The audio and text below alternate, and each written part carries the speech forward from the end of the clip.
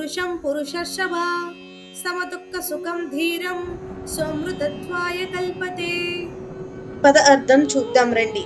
యం హి ఎవరైతే నా వ్యధహంతి ఏతే వీటి శీత ఉష్ణ సుఖదుఃఖాది ద్వంద్వాల వలన బాధపడరో, పురుషం పురుషర్షభ ఓ పురుషర్షభ అర్జున పురుషులలో శ్రేష్ఠుడా, సమదుఃఖ సుఖం సుఖ దుఃఖాలను సమంగా చూసే ధీరం ధైర్యవంతుడైన సహ అమృతత్వాయ కల్పతే అతడు అమృతత్వానికి మోక్షానికి యోగ్యుడవుతాడు. ఇప్పుడు తాత్పర్యం చూద్దాం రండి.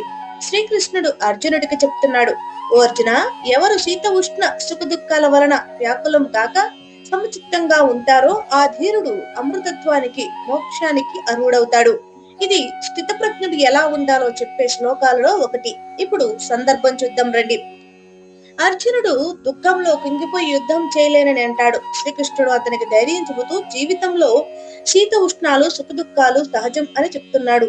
అలాగే ఎవరు వాటి వలన కదిలిపోకుండా సమచిత్తంగా ఉంటారో వారు మాత్రమే నిజమైన యోగులు, మోక్షానికి అర్హులు అని వివరిస్తున్నాడు.